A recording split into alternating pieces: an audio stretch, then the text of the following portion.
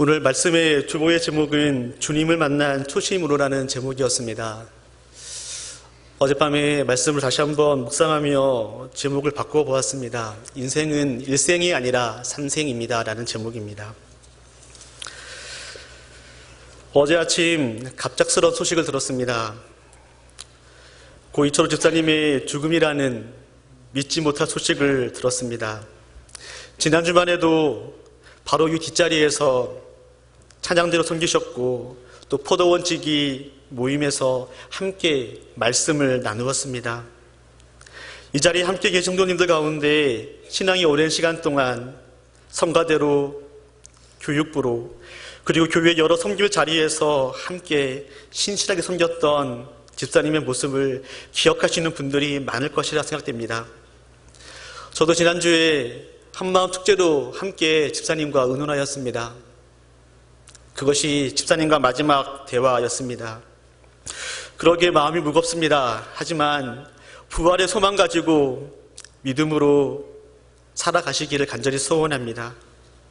사도 바울은 로마서에서 기록하고 있습니다.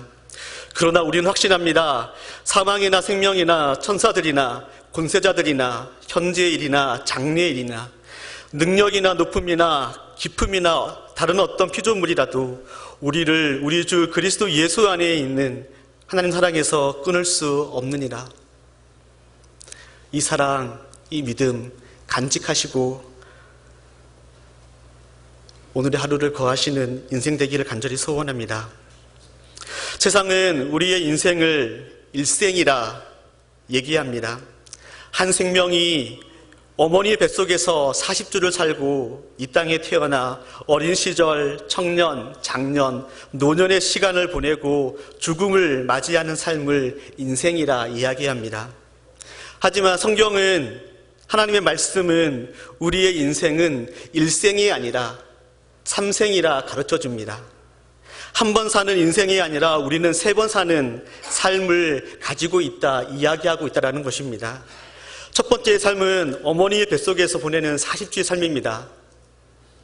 이 자리에 앉아 계시는 모든 성도님들은 다 어머니의 뱃속에서 40주의 첫 번째의 인생을 마치시고 이 자리에 앉아 계신 것입니다. 어느 누구도 어머니의 뱃속이 좋다고 60주, 70주 더 이상의 시간을 보내진 않습니다. 하나님께서 40주가 되면 이 땅에 태어나도록 준비케 하여 주시고 이 땅에 태어나게 하십니다. 두 번째의 삶은 이 땅에서 태어나 하나님 주신 사명 가지고 살아가는 삶입니다. 이 자리에 있는 우리 모두는 첫 번째의 삶을 마치고 이 두 번째의 삶을 지금 살고 있는 것입니다. 세 번째의 삶은 죽음 이후에 주어지는 삶이 있습니다. 믿는 자에게는 천국에서 주님과 함께 영원한 삶을 살고 예수 그리스도의 죽으심과 부활을 믿지 않는 자는 지옥에서 영원한 삶을 살게 됩니다. 그 삶은 고통의 삶이 됩니다. 성경 여러 곳에서 이 삶에 대한 기록이 등장합니다. 먼저 우리 주님의 말씀입니다. 요한복음 3장 말씀입니다. 모세가 광야에서 뱀을 든 것 같이 인자도 들려야 하리니 이는 그를 믿는 자마다 영생을 얻게 하려 하십니다. 하나님 세상을 저처럼 사랑하사 독생자를 주셨으니 이는 그를 믿는 자마다 멸망하지 않고 영생을 얻게 하려 하심이라. 주님께서 하신 말씀입니다. 주께서 말씀하시기를 인자가 들려야 그 인자를 보고 믿는 자마다 영생을 주신다 말씀하십니다. 예수 그리스도를 믿는 자마다 멸망하지 않고 영생을 얻게 하려 하신다. 주님은 우리에게 말씀하고 있는 것입니다. 요한복음 14장에는 이렇게 쓰고 있습니다. 내 아버지 집에 거할 곳이 많도다. 그렇지 않으면 너희에게 일렀으리라. 내가 너희를 위하여 거처를 예비하러 가노니 가서 너희를 위하여 거처를 예비하면 내가 다시 와서 너희를 내게로 영접하여 나 있는 곳에 너희도 있게 하리라. 아멘. 영생을 얻고 하늘 아버지 집에 예수 그리스도와 함께 우리도 함께 있다 주님은 말씀하십니다. 이 말씀은 예수님이 이 땅의 삶을 두 번째의 삶을 다 마치시고 하늘로 오르시기 전에 제자들에게 하신 말씀입니다. 주께서 말씀하시기를 저 하늘에 우리가 거할 처소가 있다라고 말씀하십니다.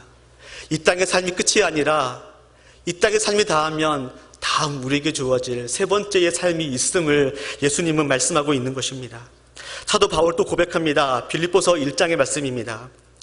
이는 내게 사는 것이 그리스도니 죽는 것도 유익함이라. 그러나 만일 육신으로 사는 이것이 내일의 열매일전데 무엇을 택해야 하는지 나는 알지 못하노라. 내가 그 둘 사이에 끼었노니 차라리 세상을 떠나서 그리스도와 함께 있는 것이 훨씬 더 좋은 일이라. 그렇게 하고 싶으나 내가 육신으로 있는 것이 너희를 위하여 더 유익하리라. 이 땅의 삶으로 우리의 인생이 마치는 것이 아닙니다.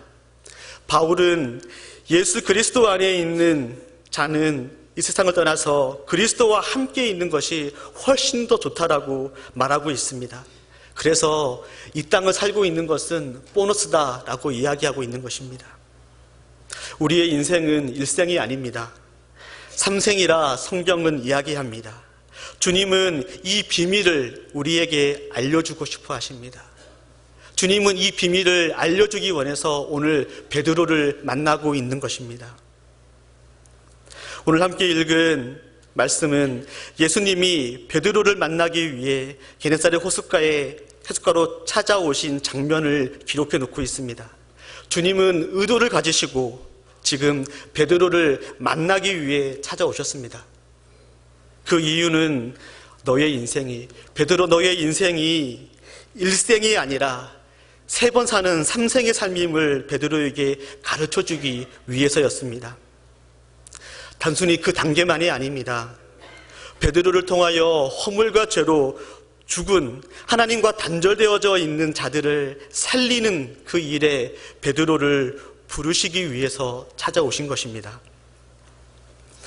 인생이 일생이어서 죽음을 두려워하는 인생이 있습니다.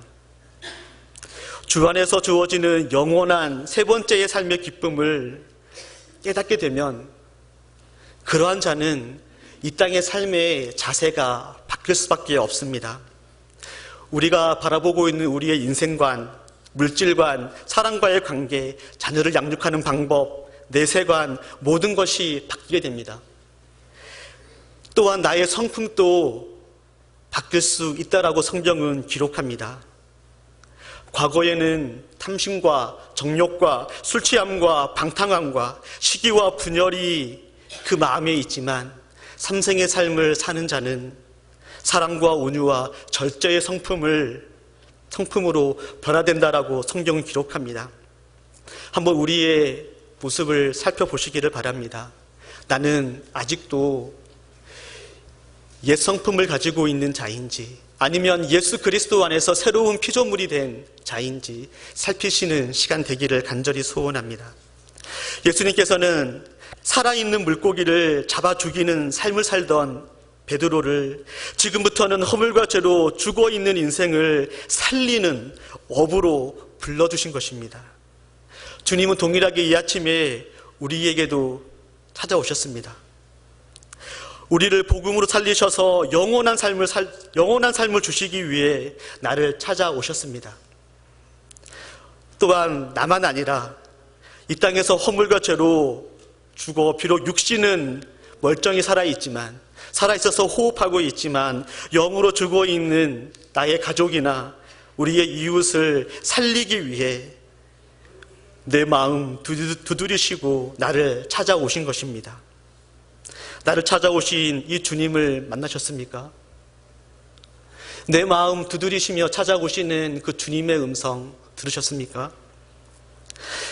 우리에게 영원한 기쁨 주기 위하여 찾아오신 하나님의 아들 예수 그리스도를 만나셔야 합니다. 이 자리에 앉아 있는데 그 주님을 만나지 못하면 이 시간은 의미 없는 시간이 될 수밖에 없습니다. 성경도 알고 천국도 믿습니다. 매주 예배의 자리에 나와 앉아 있습니다.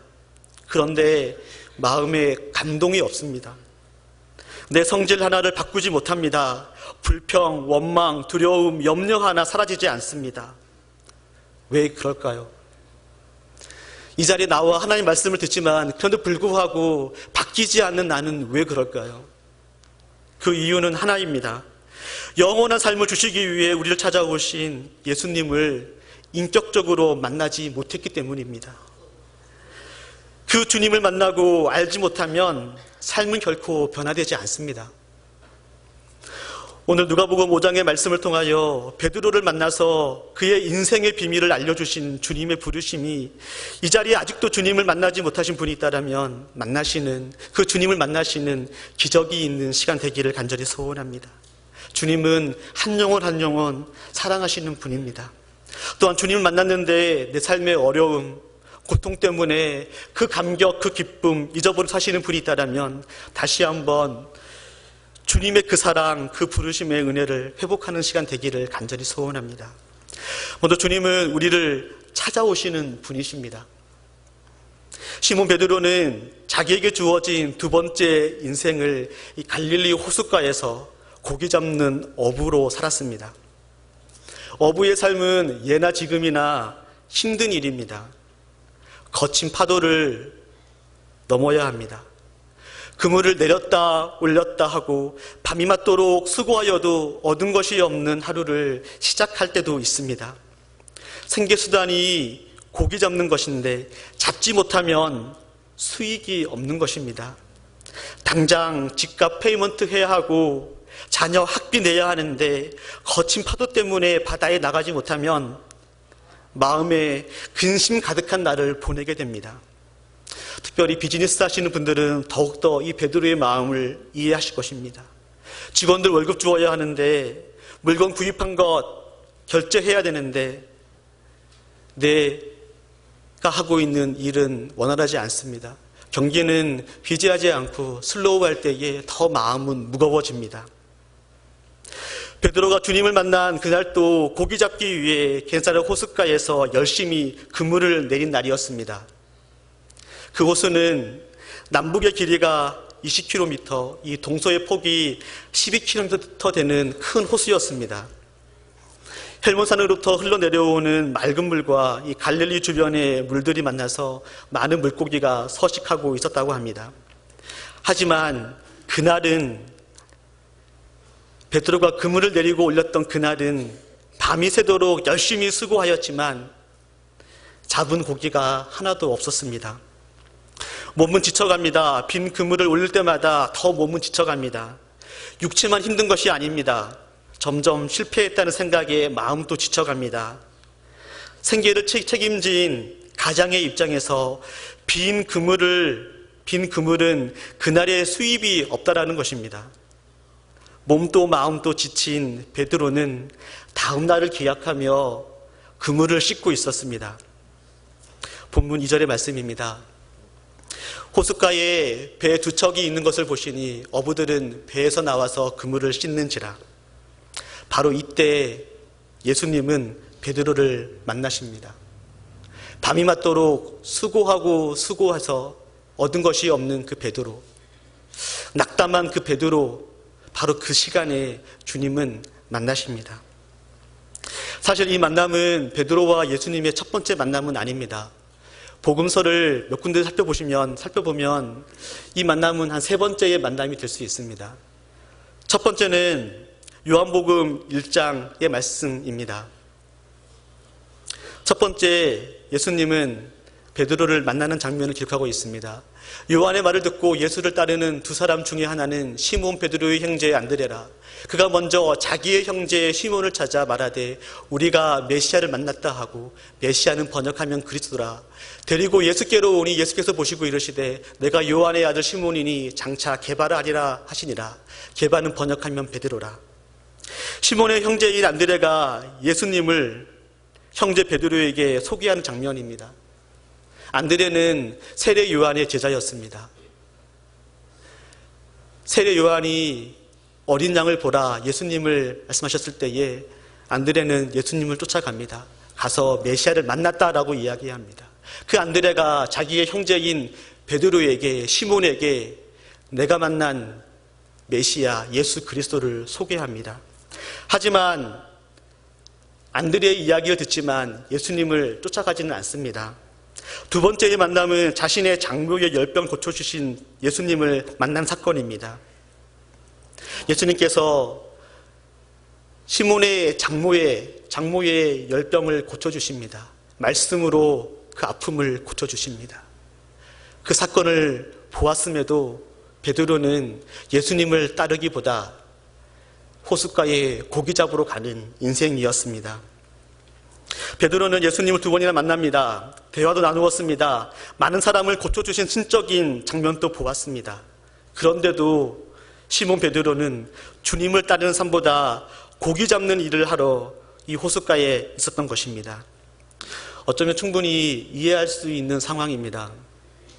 결혼하여 가정이 있고 부양해야 될 가족이 있는데 생계를 쫓고 예수님을 따른다는 것이 쉽지 않은 결정일 것입니다. 동생 안드레는 메시아를 쫓아갔지만 자신은 가족을 부양하겠다, 이런 마음 갖는 것 당연한 일이라 생각이 됩니다. 아무리 주변에서 예수님은 하나님의 아들이다, 그분 안에 구원이 있다 얘기를 들어도 주님이 직접 내 삶에 찾아와 주지 않으면 안 되는 성품이나 상황을 가진 사람들이 있습니다. 아무리 아내가, 부모가 예수 그리스도를 믿으라, 그 안에 구원이 있다 하여도 믿지 못하는 남편이 있고 아내가 있고 가족이 있습니다. 그런 성품을 가지신 분들이 있습니다. 혹 이 자리에 그런 분이 계신지 모르겠습니다. 어릴 때부터 부모님 성화에 교회를 왔다 갔다 합니다. 지금은 아내, 아이들 때문에 교회에 출석합니다. 예배 시간, 포도원 모임마다 예수님의 이야기를 듣지만 마음에 감동은 없고 오늘 또 나는 일하러 간다, 고기 잡으러 간다, 베드로처럼 삶을 사시는 분이 있을 수 있습니다. 하지만 지금 내 마음, 우리의 마음 두드리시는 예수님의 음성 들으시기를 간절히 바랍니다. 주님은 고기 잡으러 나선 베드로를 말씀으로 그 마음을 두드리십니다. 안드레를 통하여, 장모의 열병 고쳐주시는 사건을 통하여 베드로를 만나보았지만 바뀌지 않는 베드로, 그 마음에 하나님의 말씀으로 베드로의 마음을 두드리십니다. 주님의 이 말씀의 능력을 믿으십니까? 이 자리에 앉아 계시는데 우리의 이 마음판, 우리의 영혼, 우리의 메마른 이 심령을 바꿀 수 있는 것이 무엇이 있겠습니까? 세상의 돈으로, 세상의 능력으로, 학벌로 우리의 마음을 바뀌지 않습니다. 강박하고 메마른 나의 마음을 하나님의 말씀이 아니면 내 마음 바뀌지 않습니다. 그 주님께서 이 베드로를 하나님의 말씀으로 바꾸시고 있는 장면이 이 본문 가운데 있다라는 것입니다. 예수님은 시몬 베드로의 배에 앉으셔서 무리들에게 하나님의 말씀을 가르칩니다. 말씀을 마치신 예수님은 배에서 내리지 않고 오히려 시몬에게 명합니다. 깊은 데로 가서 그물을 내려 고기를 잡으라. 4절 말씀입니다. 말씀을 마치시고 시몬에게 이르시되 깊은 데로 가서 그물을 내려 고기를 잡으라. 이게 무슨 말입니까? 밤새도록 고기 잡기 위해 노력을 했던 베드로입니다. 그러나 잡은 고기는 하나도 없고 이제 집에 가서 좀 쉬려고 하는데 주님은 다시 고기 잡으러 가자라고 말합니다. 한번 상상해 보십시오. 밤새도록 일했습니다. 아침에 배에서, 호숫가에서 또 내일을 준비하기 위하여 그물을 싣고 있습니다. 자기의 생기가 걸린 일입니다. 가서 집에서 좀 쉬고 식사하고 쉬어야 또 저녁에 나와 고기를 잡습니다. 근데 주님은 염치도 없게 배를 타셔서 많은 시간 말씀 가르치시고 지금은 내리지도 않고 오히려 베드로에게 깊은 데로 가서 그물을 내리라 말씀하십니다. 베드로의 입장에서는 고마움도 있었습니다. 왜냐하면 자신의 장모를 고쳐주신 분이기 때문에 호의를 베풀 수도 있었습니다. 하지만 한편의 마음은 불평, 불만도 있었을 것입니다. 주님, 쉬고 싶습니다. 선생님, 쉬고 싶습니다. 지금 이 시간에 깊은 데로 가서 그물을 내리면 고기 잡을 수 없습니다. 그 사실을 누구보다 잘 알고 있는 베드로였습니다. 그래서 베드로는 말합니다. 5절의 말씀입니다. 시몬이 대답하여 이르되 선생님, 우리들이 밤이 새도록 수고하였으되 잡은 것이 없지만은 말씀에 의지하여 내가 그물을 내리리이다 하고, 여기서 베드로가 사용한 선생님이 단어는 에피스타타라는 단어입니다. 이 단어는 어느 특정인에게 사용한 단어가 아닙니다. 누구든지 권위 있는 사람을 표현하는 것입니다. 우리가 누구를 만나면 잘 모르면 선생님 하듯이 그런 의미로 사용하고 있는 것입니다. 아직 베드로는 예수님을 주님으로 만나지 못하고 있는 것입니다.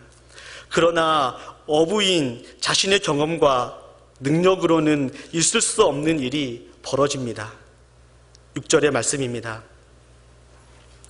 그렇게 하니 고기를 잡은 것이 심이 많아 그물이 찢어지는지라. 순종할 수 없는 상황이지만 예수님께서 무리를 가르치실 때에 말씀하셨던 하나님의 말씀, 그 말씀에 은혜를 받고 순종할 수 없는, 내 경험과 내 지식으로 순종할 수 없지만 그 말씀에 의지하여 그물을 내렸습니다. 그 결과는 놀라운 만선의 축복을 누리고 있는 것입니다.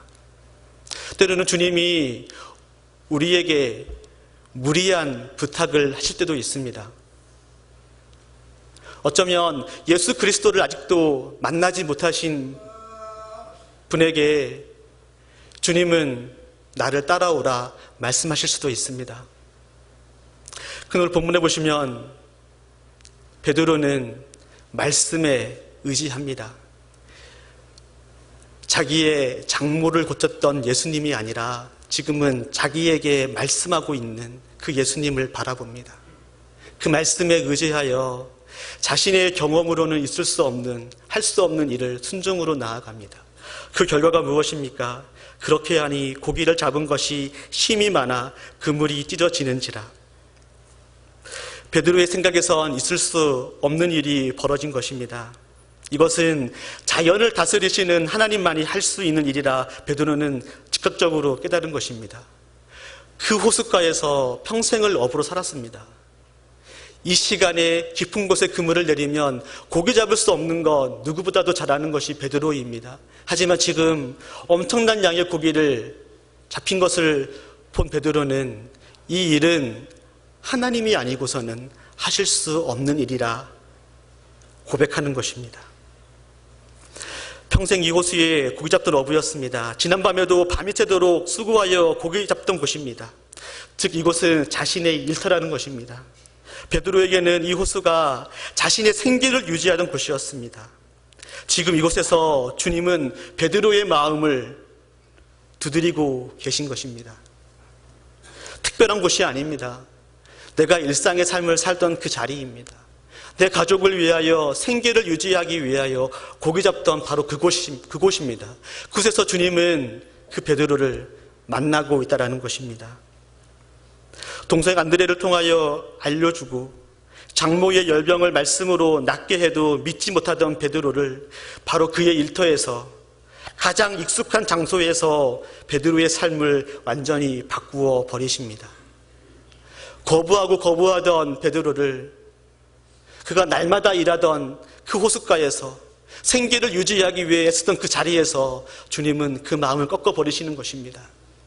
혹시 이 자리 가운데 아직도 예수 그리스도 앞에 내 마음 내어놓지 못하신 분이 있다면 어쩌면 여러분의 일터에서 내가 가장 익숙한 그곳에서 주님은 나를 찾아오실 것입니다.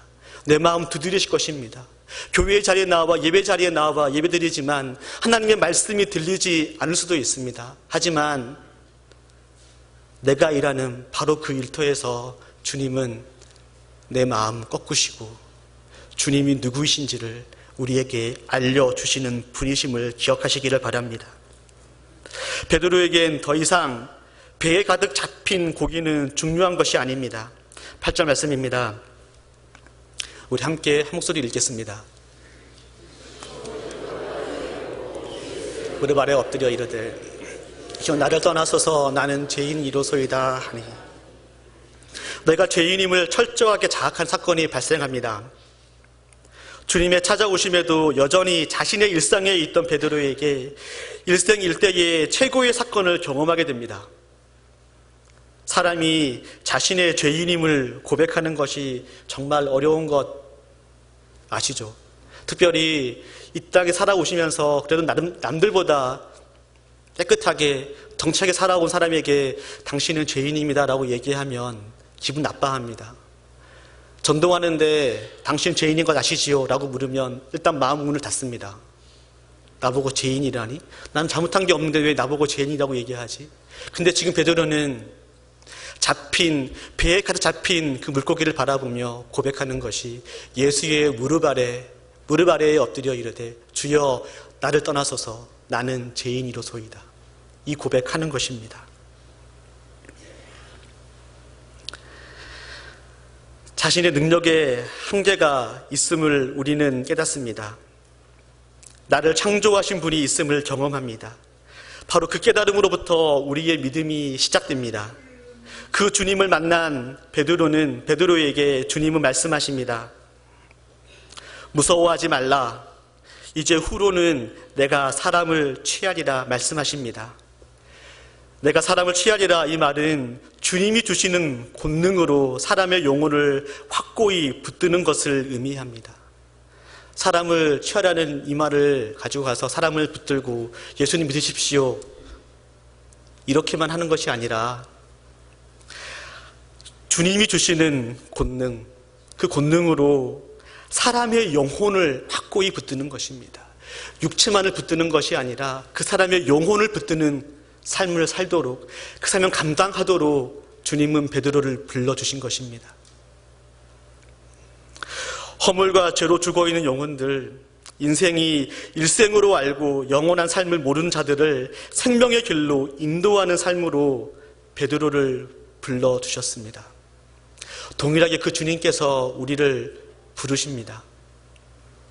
깊은 데로 가서 그물을 내리라 말씀하십니다.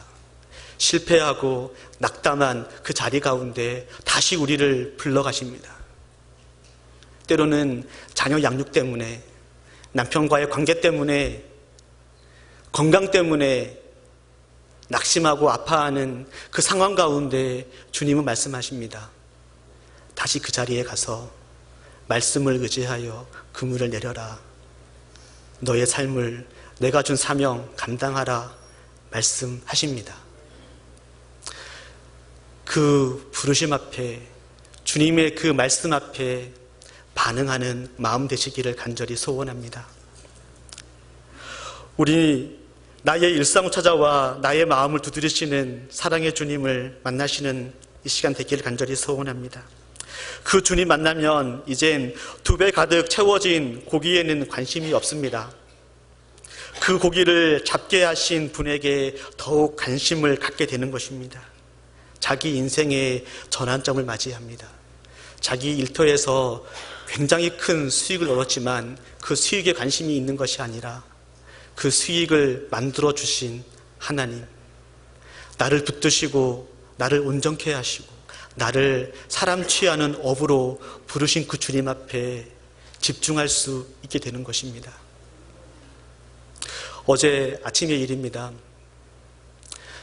사역자 회의를 마치고 전화가 왔습니다. 이 집사님 사망 소식이었습니다. 급하게 사역자들과 함께 병원으로 올라가는 길이었습니다. 57번 프리웨이를 타고 운전해 가는데 하나님이 제게 주신 말씀은 사도행전 20장의 말씀입니다. 사도행전 20장 24절의 말씀이 내가 달려갈 길과 주 예수께 받은 사명 곧 하나님의 은혜의 복음을 증언하는 일을 마치려 하면은 나의 생명조차 조금도 귀한 것으로 여기지 아니하노라. 이 말씀을 떠올려 주시는데 눈물이 펑펑 났습니다. 운전하기가 부담스러울 정도로 눈물이 나서 힘들었습니다. 도착해서 이 집사님 모습 보았습니다.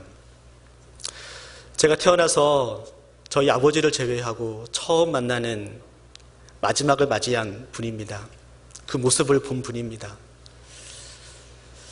아직 젊은 사역자기에 그런 순간이 마음에 굉장한 감정이입이 됩니다. 아내의 이혜정 집사님의 울음이, 그 두 아들의 울음이 자꾸만 머리에 남아있어서 말씀을 준비하고 설교하는 시간 또 부담이 되긴 합니다. 그런데 불구하고 주님 주신 말씀은 내가 달려갈 길과 주 예수께 받은 사명 곧 하나님의 은혜의 복음을 전하는 일과 마치려 하면은 나의 생명조차 조금도 귀한 것으로 여기지 아니하노라. 어쩜 하나님께서 이 집사님을 바라보시며 그의 인생을 바라보시며 그 수고와 그 섬김과 하나님을 향한 그 마음 앞에 내가 달려갈 길, 주 예수께 받은 사명 곧 하나님의 은혜의 복음을 전하는 그 일을 마쳤다. 너의 생명조차 귀한 것을 여기지 않았다 말씀하시는 것이라 생각됩니다. 주님은 우리의 인생을 일생으로 살고 있는 자들에게 너희의 인생은 일생이 아니라 삼생이라고 우리를 부르셔서 그 복음 전하도록 우리를 불러주셨습니다. 우리를 부르셔서 허물과 죄로 죽어있는 자들을 예수 그리스도의 복음의 말씀으로 살려내도록, 죽어있는 자를 살려내도록 우리를 사람 낚는 업으로 불러주신 것입니다. 베드로는 살아있는 물고기를 잡아서 죽게 하는 인생이었는데 주님이 그를 만나 주시니까 죽어있는 영혼을 살리는 그 일에 사용받게 됩니다. 동일하게 주님이 이 아침에도 우리를 부르십니다. 죽어있는 영혼 살리는 그 일에 우리의 삶을 드리도록, 우리의 마음을 드리도록 주님이 우리를 부르십니다. 아직 주님을 만나지 못하신 분이 있다면 이 아침에 주님이 우리의 마음을 두드리십니다. 여러분이 하시는 그 일상의 삶 가운데, 평범한 그 일상 가운데 찾아오셔서 여러분의 마음을 두드리실 것입니다. 내가 너를 사랑한다. 내가 너를 위하여 저 십자가 고통 참았다. 나를 너의 구주로, 너의 주인으로 영접하라 말씀하실 것입니다. 특별한 장소가 아닙니다. 우리의 일터에서, 일상에서 주님 우리를 만나셔서 한 번뿐인 인생이 아니라 삼생의 삶을 살도록 우리를 불러주시는 것입니다.